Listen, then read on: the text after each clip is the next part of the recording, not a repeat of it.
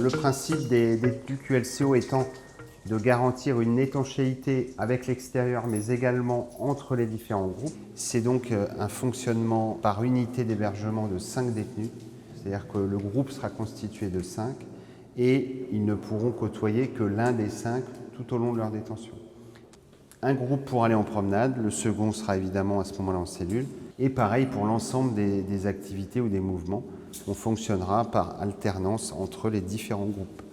En fait, il y a des étanchéités multiformes. On a la première qui est de dire on crée une étanchéité totale avec l'extérieur. C'est à travers les hygiaphones, à travers le métal déployé qu'on a vu aux fenêtres. Deuxième cercle, au sein de l'établissement, on étanchéifie vraiment le quartier de prise en charge de la radicalisation, le quartier qui reste, on va dire, le quartier classique de Condé-sur-Sarthe, et le QLCO qui, lui, va être aussi étanche.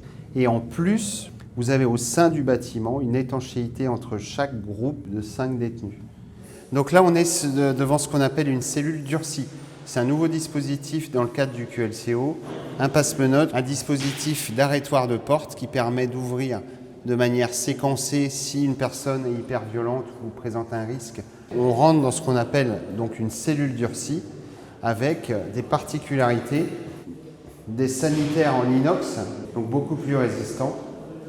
Et nous avons un système de mobilier totalement scellé en cellule, un dispositif de ce qu'on appelle fenêtre 2 tiers, 1 tiers, et évidemment le triptyque habituel, le barodage, le caillebotis et le métal déployé.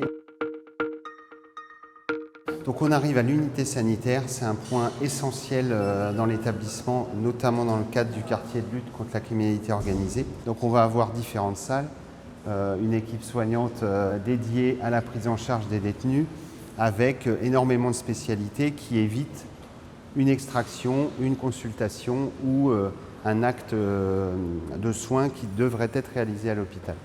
La règle dans le cadre du QLCO, c'est le binomage. Donc toute intervention face à un public détenu devra nécessairement être réalisée par 2 personnels. Ça a l'avantage déjà premièrement de garantir une sécurité physique accentuée, mais l'avantage du binomage c'est surtout dans le cadre du risque corruptif. Et on va arriver sur une architecture de parloir modifiée, donc une vitre évidemment renforcée, intégrée intégralement dans le mur avec un support et un coffrage inviolable.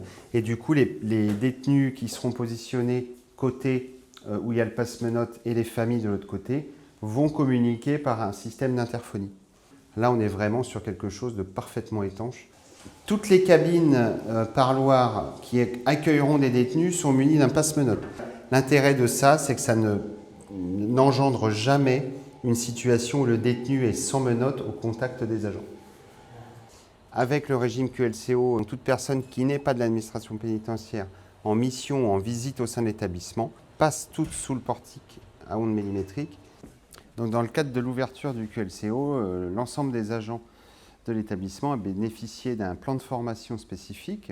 Donc il y a eu des formations autour de la connaissance globale de ce type de public, sur la criminalité organisée, sur les risques corruptifs, sur les gestes professionnels adaptés, sur l'observation, sur la retranscription des observations.